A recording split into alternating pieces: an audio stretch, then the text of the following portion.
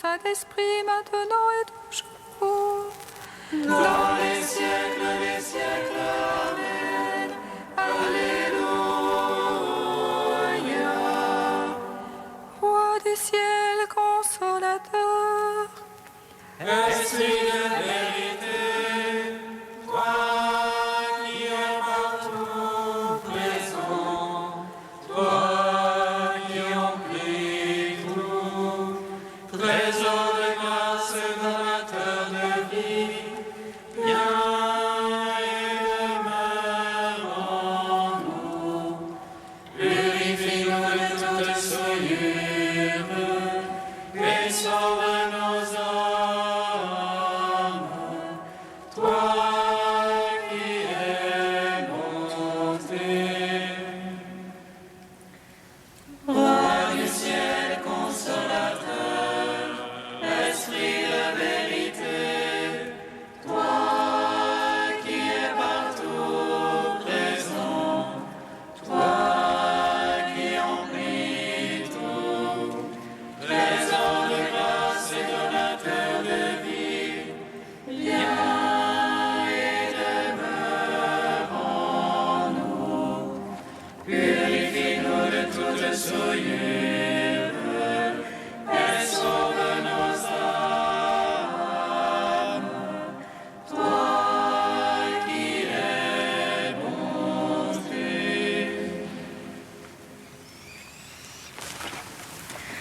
Malgré les scellés posés sur le tombeau, Et soldats dans ton corps immaculé, tu es ressuscité le troisième jour, donnant la vie au monde, Dieu sauveur. Et du haut des cieux, les anges te chantèrent comme à la source de la vie. Gloire à ta résurrection, ô Christ. Gloire à ta royauté. Gloire à ton œuvre de salut, Seigneur, parmi les hommes. Malgré les scellés posés sur le tombeau et les soldats dans ton corps immaculé, tu es ressuscité le troisième jour, donnant la vie au monde, Dieu sauveur. Et du haut des cieux, les anges te chantèrent comme à la source de la vie. Gloire à ta résurrection, ô Christ. Gloire à ta royauté. Gloire à ton œuvre de salut, Seigneur, ami des hommes. Malgré les scellés posés sur le tombeau et les soldats dans ton corps immaculé, tu es ressuscité le troisième jour, donnant la vie au monde, Dieu sauveur. Et du haut des cieux, les anges te chantèrent comme à la source de la vie. Gloire à ta résurrection, ô Christ. Gloire à ta royauté. Gloire à ton œuvre de salut, Seigneur, ami des hommes. Psaume 118, strophe 4.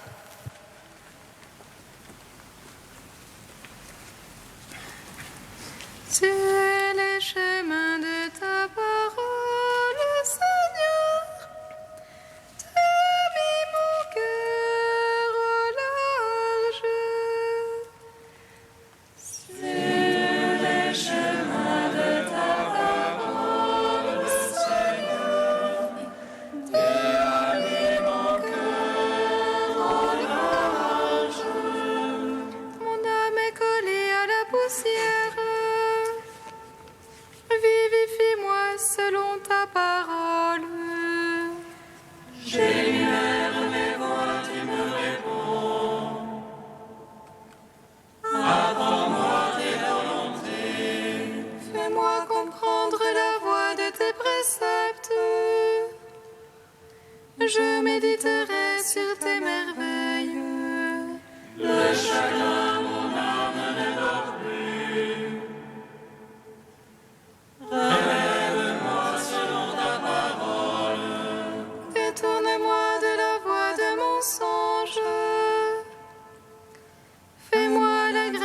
de ta loi. J'ai choisi la voie de vérité. J'ai désiré tes jugements. Je me tiens collé à ton témoignage. Seigneur, ne me déçois pas. Je cours sur la voie de tes ordres. Car tu as mis mon cœur au large. Gloire au Père, au Fils, au Saint-Esprit. Pour les siècles des siècles. Amen.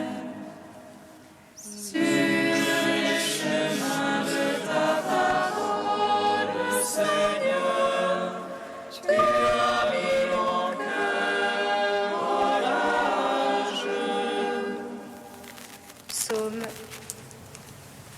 Psaume 126. Bienheureux êtes-vous, Alléluia.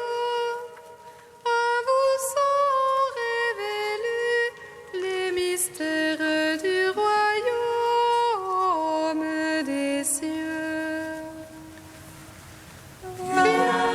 Bienheureux êtes-vous, Alléluia. À vous sont révélés les mystères du royaume des cieux. Si le Seigneur ne bâtit la maison, en vain peinent les maçons. Si le Seigneur ne garde la ville,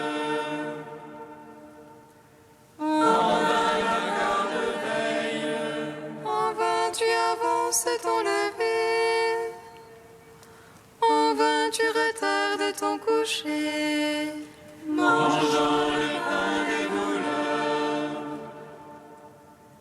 quand il comble son bien-aimé qui dort. C'est largesse du Seigneur que des fils, récompense que le fruit des entrailles.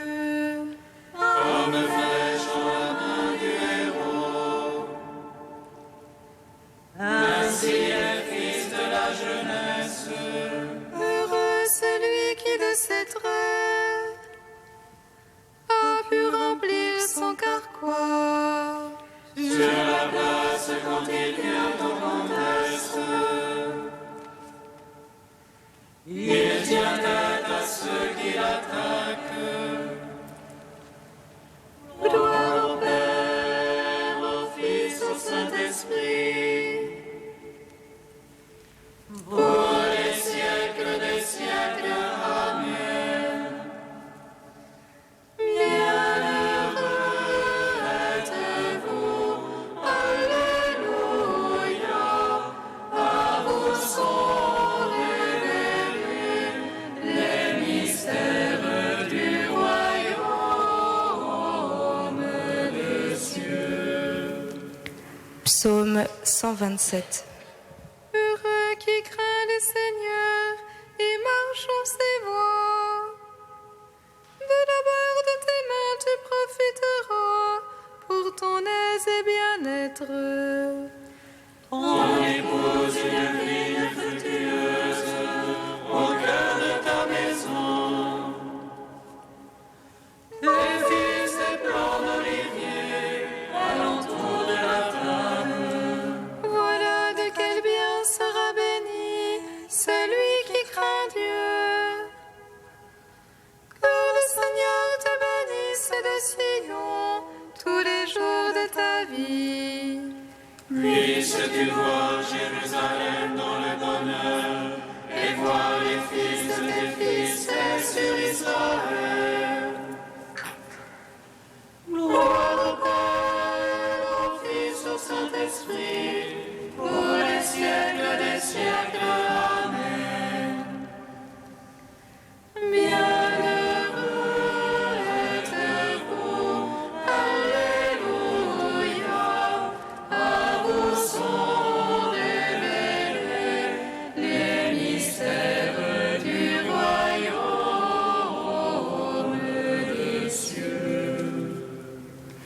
Cantique de Moïse, page 251.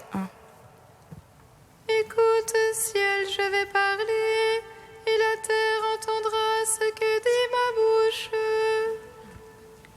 Que ruisselle la pluie de ma doctrine, que descende la rosée de ma parole.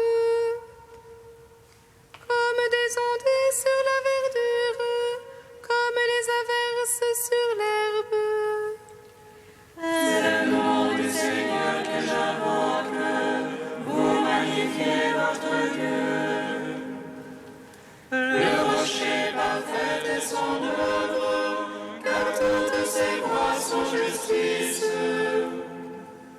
Dieu de vérité, non de fausseté, lui il est juste et droit. Tu lui as souillé des enfants sans tache, engeance fourbe et tortueuse. Est-ce ainsi que vous payez le Seigneur, peuple insensé, stupide? N'est-ce pas lui qui t'a acheté, ton Père qui t'a fait te maintient? Rappelle-toi les jours d'autrefois, repense aux années révolues. Interroge ton Père qui te l'apprenne, les anciens qui t'en fassent le récit. Quand le Seigneur dota toutes les nations, quand il répartit les fils d'Adam, il fixa les frontières des peuples, suivant le nombre des fils de Dieu. Mais le lot du Seigneur fut son peuple, Jacob sa part d'héritage. Il le découvre au pays de la steppe, dans le lugubre chaos du désert. Il l'entoure, il le lève, il le garde, comme la prunelle de ses yeux. Tel un aigle, il excite sa nichée et plane au-dessus de ses petits. Il déploie ses ailes, il le prend, il le porte sur son peinage. Le Seigneur seul l'a conduit, pas de dieux étrangers avec lui. Rendons gloire au Père Tout-Puissant, à son Fils Jésus-Christ le Seigneur, à l'Esprit qui habite en nos cœurs, pour les siècles des siècles. Amen.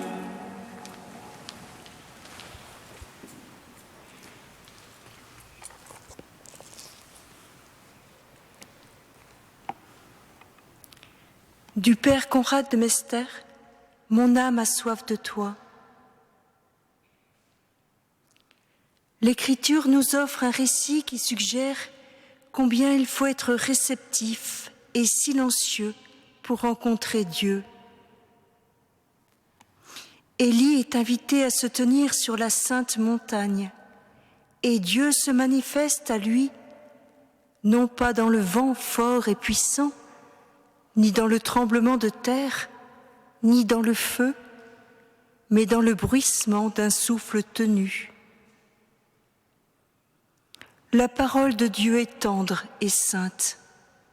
Une mince cloison peut déjà l'étouffer.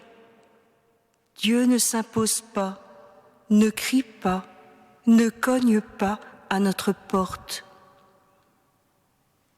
Si la troisième oreille de notre cœur n'écoute pas, on ne rencontrera pas Dieu, on n'entendra rien. Dieu ne nous contraint pas, ce qui ne signifie pas que l'écouter ou non soit facultatif. L'ouverture à sa parole est d'une importance vitale pour notre avenir. En vérité, je vous le dis, celui qui écoute ma parole et qui croit en celui qui m'a envoyé a la vie éternelle, dit Jésus. Pour écouter attentivement, le silence intérieur est encore plus nécessaire que l'extérieur. Le silence devient alors le langage de l'amour, à l'écoute d'un plus beau langage d'amour. la parole de l'autre qui me captive davantage que ma parole à moi.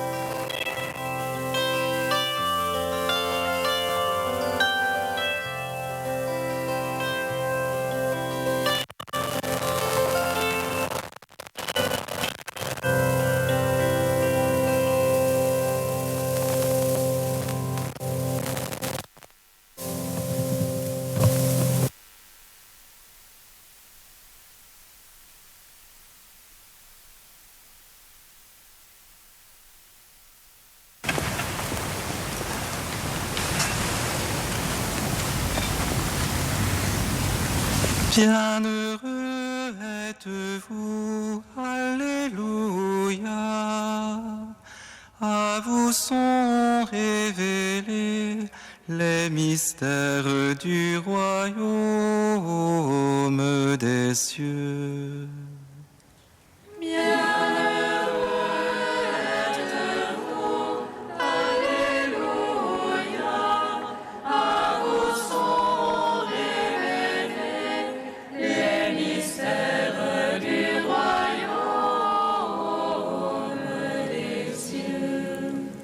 L'œil n'a jamais fini de voir, ni l'oreille d'entendre.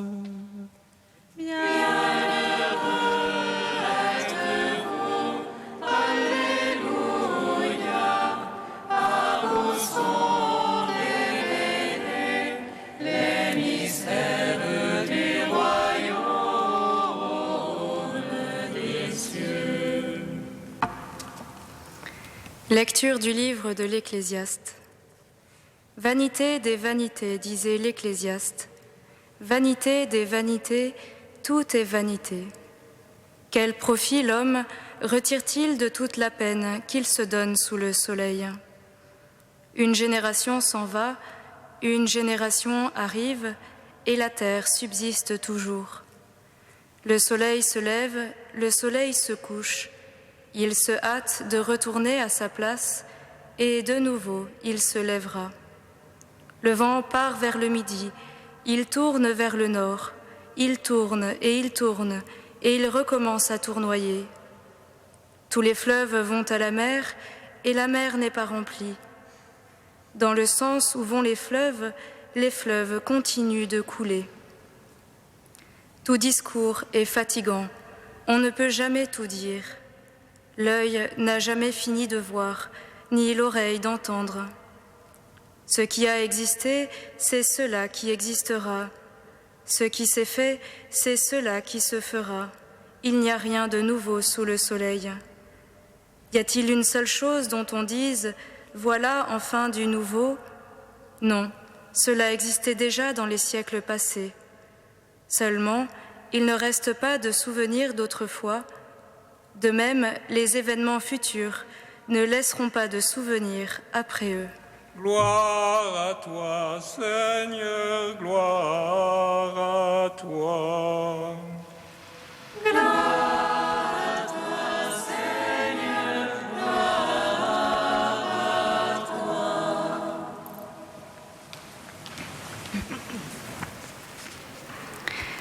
Au commencement, Dieu dit que la lumière soit, et la lumière fut. Dieu appela la lumière jour et les ténèbres nuit, et Dieu vit que cela était bon. À cela, l'Ecclésiaste ou Qoéleth répond « Le soleil se lève, le soleil se couche, vanité des vanités, tout est vanité. » Au commencement, Dieu dit que les eaux qui sont sous le ciel s'amassent en un seul endroit et qu'apparaisse le continent, et il en fut ainsi. Et Dieu vit que cela était bon. À cela, Qoéleth répond « Tous les fleuves coulent vers la mer, et la mer n'est pas remplie. Vanité des vanités, tout est vanité. » Au commencement, Dieu créa l'homme à son image. Il le bénit et lui dit « Soyez féconds, multipliez, emplissez la terre et soumettez-la. » Et Qoéleth, créé à l'image de Dieu, répond « Quel profit trouve l'homme à toute la peine qu'il prend sous le soleil ? Un âge va, un âge vient, mais la terre tient toujours. Vanité des vanités, tout est vanité. » Qu'y a-t-il donc, Qoéleth, fils de David, roi à Jérusalem, et d'où te vient cette belle sagesse, pour que contemplant ce monde, devant lequel le Créateur lui-même s'émerveille, tu n'en tires que lassitude et ennui. Pourquoi ces paroles où affleure le dégoût en même temps que la faim, la nausée en même temps que la soif?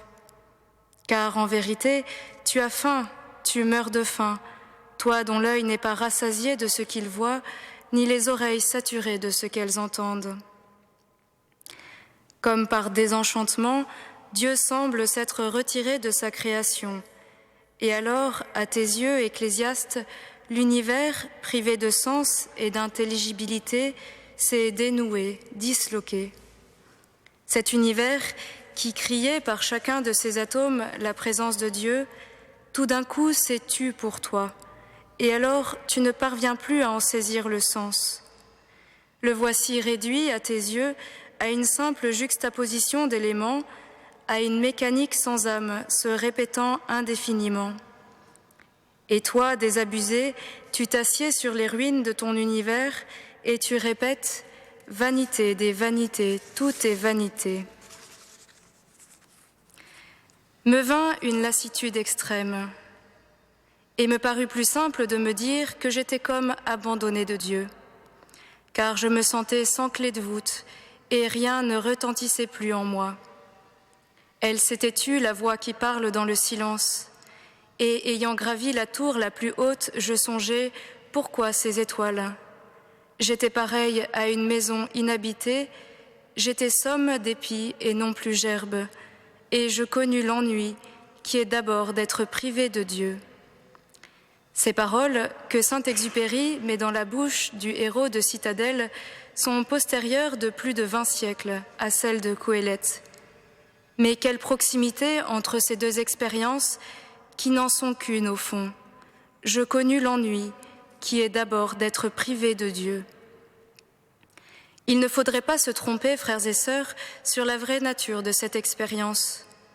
Tout est vanité, affirme le sage, ou plus littéralement, tout est buée. Autrement dit encore, tout n'est rien. Ce n'est pas du nihilisme avant l'heure. Simplement, il faut, à un moment ou à un autre, se retrouver livré à soi-même et comme sans Dieu, pour comprendre combien la création, privée de Dieu, est fade et sans consistance, incapable de cette radicale nouveauté que l'on nomme le salut. Oui, c'est là l'expérience nécessaire, quoique douloureuse, en creux, par laquelle notre vie spirituelle doit passer, tant est grande la tentation d'appeler Dieu ce qui ne l'est pas, ce qui n'est rien en fait.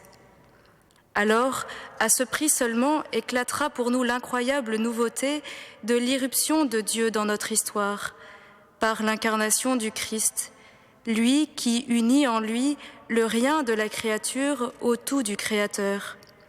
Mieux encore, par lequel le rien est appelé par pure grâce à devenir participant de celui qui est tout. Voici que je vais faire une chose nouvelle, et déjà elle pointe, ne la reconnaissez-vous pas ?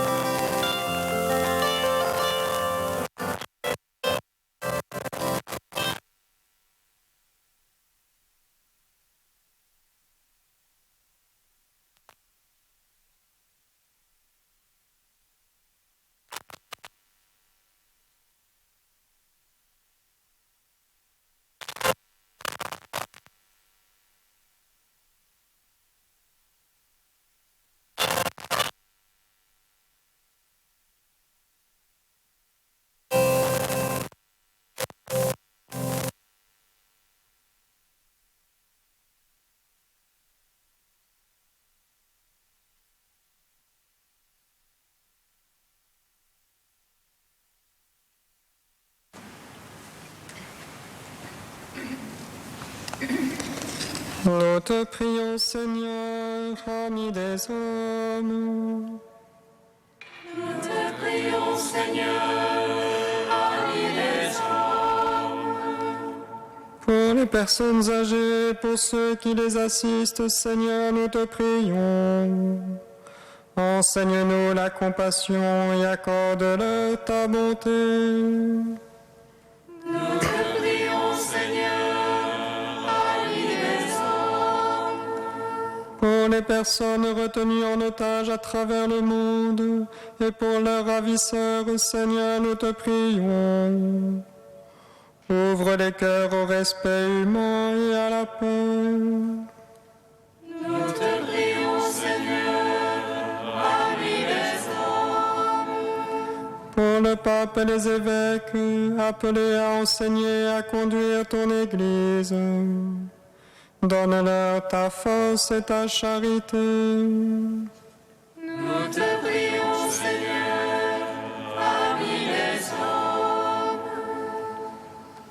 Ô Dieu fort, ô Dieu fort, ô Dieu immortel, prends pitié de nous.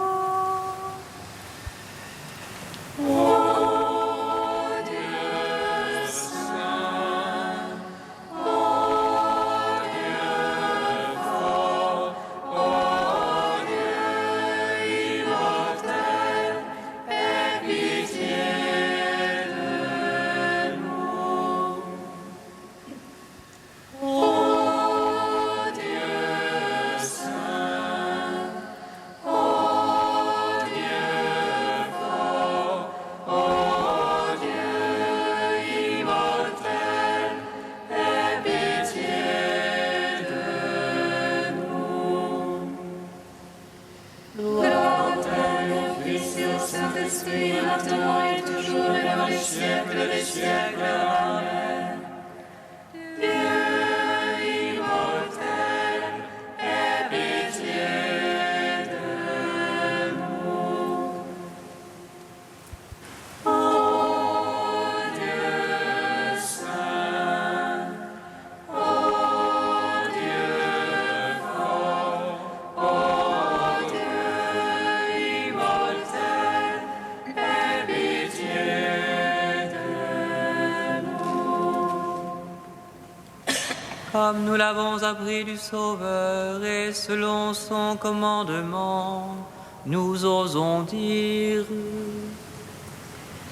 Notre Père, qui es aux cieux, que ton nom soit sanctifié, que ton règne vienne, que ta volonté soit faite sur la terre comme au ciel. Donne-nous aujourd'hui notre pain de ce jour. Pardonne-nous nos offenses, comme nous pardonnons aussi à ceux qui nous ont offensés.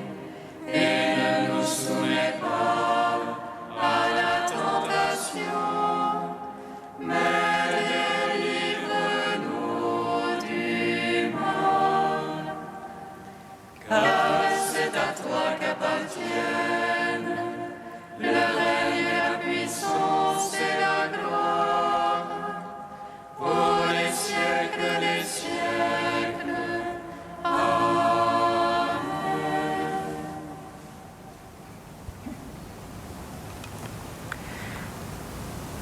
Seigneur, tu as voulu que toute la loi consiste à t'aimer et à aimer son prochain. Donne-nous de garder tes commandements et de parvenir ainsi à la vie éternelle. Par Jésus-Christ, ton Fils unique, notre Seigneur et notre Dieu, qui vit et règne avec toi et le Saint-Esprit, maintenant et pour les siècles des siècles. Bénissons le Seigneur.